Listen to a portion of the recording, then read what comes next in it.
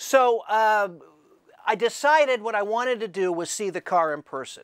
Just having Gary and Mike and Ralph on the show was not good enough. Anybody could sit here. So we're going to do something we don't normally do here at Stu's Show. We're going to venture out on the road and do a remote. And I have purposely not seen the car. I did not want to see the car because this isn't a reality show that's actually scripted. We're gonna, Mike is gonna take his camera and follow us out to the front of my house to my driveway so that I can see this car. Why don't you go get the car ready, and Mike and I will be right behind you. 10-4. All right, the moment has arrived. He's crazy, but he's a good guy. Let's go see the car. All right, here we go. Hold it. 2150 to headquarters. Hey, you in that blue shirt. Pull it over under arrest. That's the highway patrol. Oh!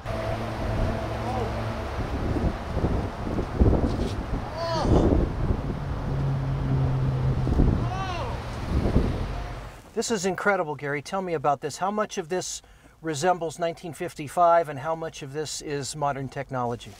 It's a blend. It's got 1955 throughout, the air conditioning, the cruise control, the power disc brakes. How much did you pay for this car when you bought it, and what kind of condition was it in? I paid $6,500 for it. It was a basic Buick Special 3-tone car, and it was at a classic car dealership up in Sacramento. But you, at the time, had no idea that you were going to restore it. You just wanted to have a car from that era that looked like it. What did this end up costing you? And how much does it cost each year to maintain it? Oh, you know, I probably have $250,000 tied up in this car. Oh, my. Oh, but, you know, Gary. The initial restoration, I think, was about $25,000. But then, you know, I started doing things like, let's do a new motor, let's do the air conditioning, let's do a better sound system, you know, everything.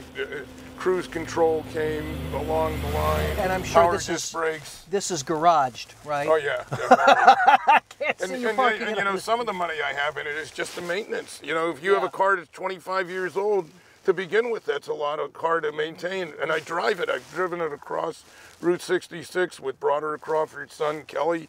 He and I became best friends. I mean, I've taken it up to the CHP Academy a half a dozen times in Sacramento.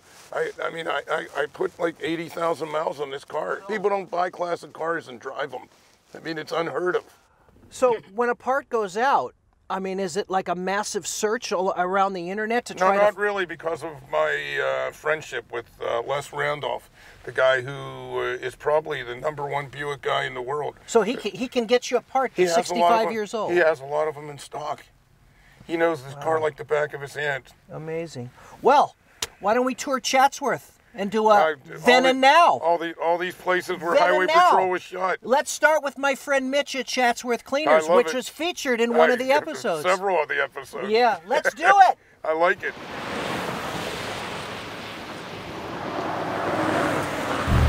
Does your wife think you're nuts with Oh, yeah. In the interview on CNN, she said something nuts. There's Chatsworth Cleaners.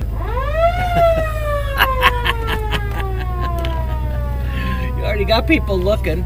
That's great.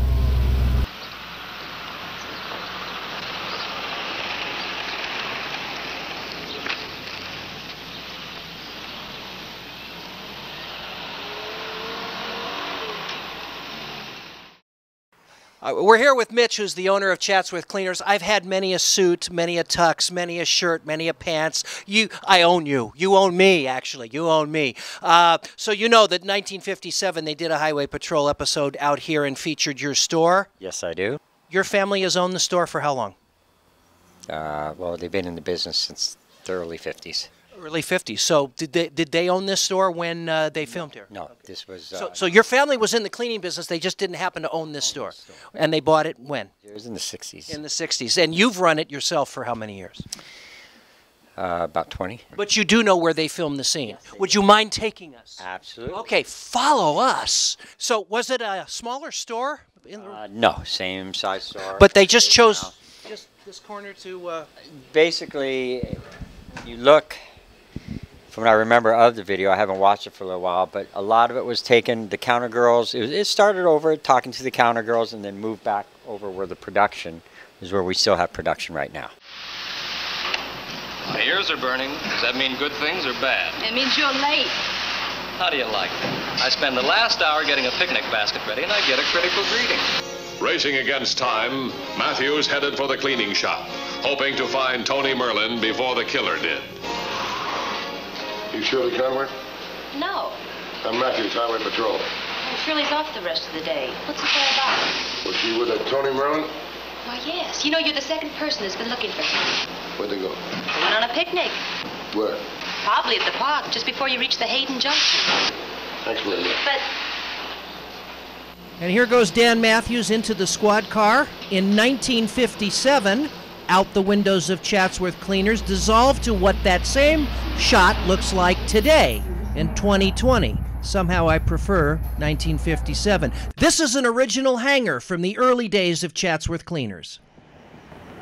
And now as we pull away on Devonshire Street from Chatsworth Cleaners, we're going to show you some then and now comparisons.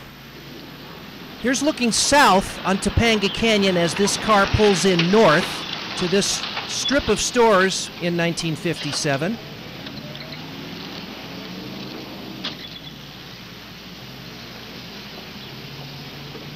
And we dissolve to Gary as Broderick Crawford walking by the same storefront in 2020. After a painstaking inquiry of the stores and shops in Chatsworth, he had learned that Tony Merlin, as he was known there, was going with a girl who worked at the Chatsworth Dry Cleaners, and that Tony had been in town that morning. The killer continued on Tony's trail with but one purpose: to finish the job for which he had been paid. Here's that same corner where a drugstore used to stand in 1957. Today it's a Unical self-serve gas station. And here's the episode we showed earlier with Clint Eastwood. This is the Town and Country Cafe, which was on the corner of Devonshire and Topanga. Today it's an Arco station. And as Clint Eastwood and his buddy get on their motorcycles and head south down Topanga Canyon Boulevard in 1956, we dissolve to the same shot in 2020. And once again, I prefer 1956. And now we're heading north, as the caption says, on Topanga Canyon. That's Stony Point in 1957. And here's the squad car turning onto this side street, which is Andorra, not Endora from Bewitched, Andorra. This is Highway Patrol. And Gary and I are going to make the same turn, but we're coming from the south to the north, but there's Stony Point for your comparison shopping. Finally, what we decided to do was go to a local shopping mall and just park the car to get people's reactions. And it didn't take long. 2150 to headquarters. Attention all units. Attention all units. That's a bitchin' car, man. Bitchin' car is correct. One thing I can say is that in this time that we're living in now, it sure does my heart a lot of good to see people smile and have fun and enjoy what they're looking at. Gary's car even attracted a security guard that was on duty there at the mall. We brought